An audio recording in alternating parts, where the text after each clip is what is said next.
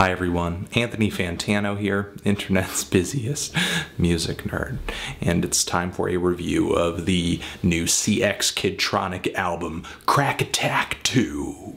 Blah, blah, blah, blah. CX KiDTRONiK is a Brooklyn-based producer, vocalist, and recent addition to the lineup of the infamous ATARI Teenage Riot. And with this new sophomore LP of his, CX essentially brings to the table a series of tracks that have incredibly aggressive interpretations of music hailing from hip-hop music, electronic music, rock music. And the thing is, he's been doing this for years. The guy's full-length debut came out in 2006. This new LP of his is on Stone's Throw Records. Obviously, it's taken him a little while to put it out, but maybe that could be a kind of good thing. We are in a spot now where we are post-Death Grips. We are post-clipping. We're post Blackie. So yeah, he's been doing it longer. Not only is that clear just from looking at his discography, but it kind of sounds like that too, with the influences that come up in his music. The breakbeat drum patterns on here that feel like they're coming straight out of the 90s. The quality of the noise and the distortion on this thing, how saturated it feels, how muffled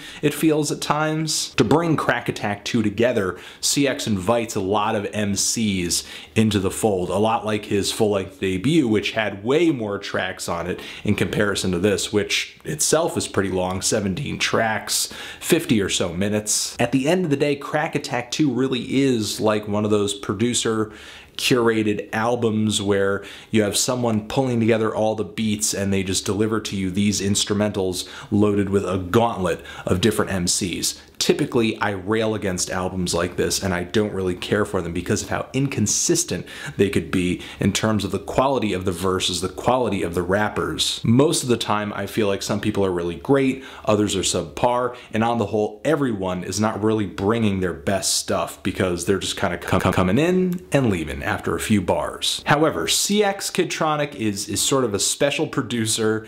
He is an out there dude. Not just any MC can rap on his music, and I don't think just any MC would want to rap on his music. His style is not really for everybody, because for sure the people that he brings to the table do their best to match the very extreme energy that CX brings to the table on a lot of these songs. I would actually say that Crack Attack 2 is actually a lot like listening to a compilation of hip-hop music and digital hardcore that was released on some underground label that folded in 1998. Because even though a lot of the MCs on this LP do have their own sort of rapping style, they have their own verses, it's all filtered through the same grimy, lo-fi, distorted effects and recording quality. Now, if there is a warning I want to give you with this LP, not only is it just in the red for many tracks on here, but CX KiDTRONiK does not take himself all that serious, as if the shrine of butt cracks on the front cover of this thing didn't already tell you that. There are some weird skits on this album, whether they be about the surgical shortening of butt cracks or hunting for butt cracks in downtown Brooklyn, or even the ends of some of these tracks have a barrage of samples on them about butt crack. Crack. Oh, he's got crack. I like turtles. Ooh, crack. Sometimes it's goofing, but when it's not goofing, it is delivering some incredibly high energy music that demands a lot from its listeners. It really needs you to just turn up the I don't give a fuck.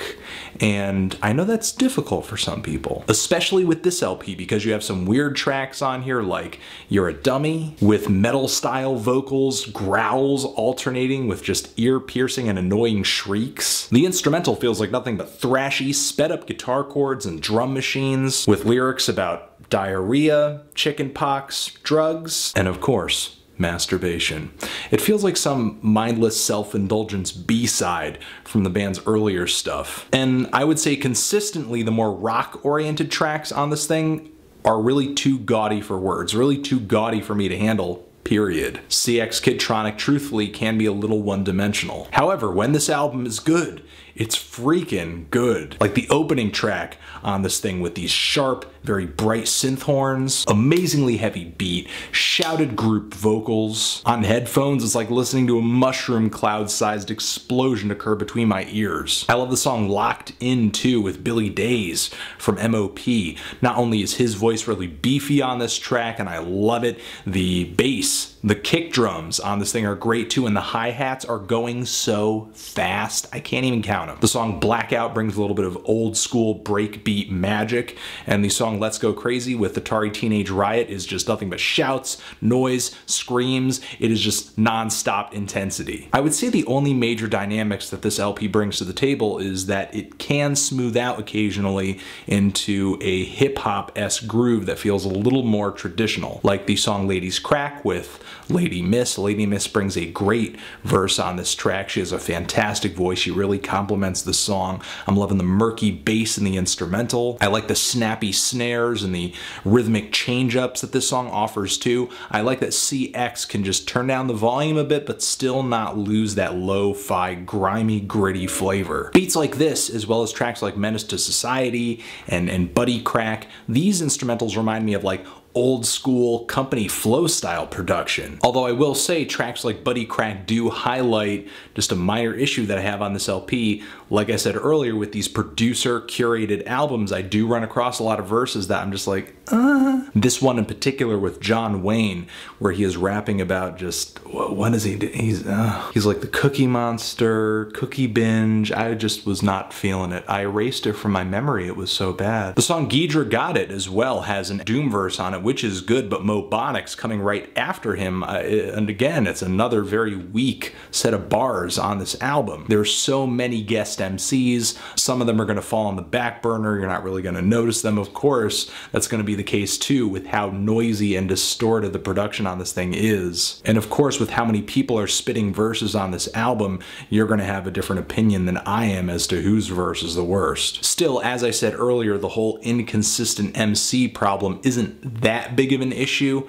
because really between Doom, MF Grimm, Saul Williams, CX does keep a pretty impressive guest list of underground heroes and pretty talented unknowns. Overall, even though this album is loud as hell, and that alone is going to make it not for everybody, that and the fact that it's sort of inconsistent stylistically and quality-wise too, it still just might be one of the most fun listens you have with an album this year, just because of how out there and over the top it is. I definitely recommend trying this thing out, or at least a few tracks from it, and just seeing if, you know, maybe you get a little bit of a thrill, a jolt out of it, you know? I'm feeling a strong 6 to a light 7 on this thing. If you've given it a listen, what did you think of it? Did you love it? Hate it? Why? What do you think I should review next? And that's it. I want to give a shout out to Maylene, Andrew, Cakes to Killa, thanks for following me on Twitter, and Prancer Size. All mistakes were intentional, only the strong subscribe. Anthony Fantano, CX KiDTRONiK, forever.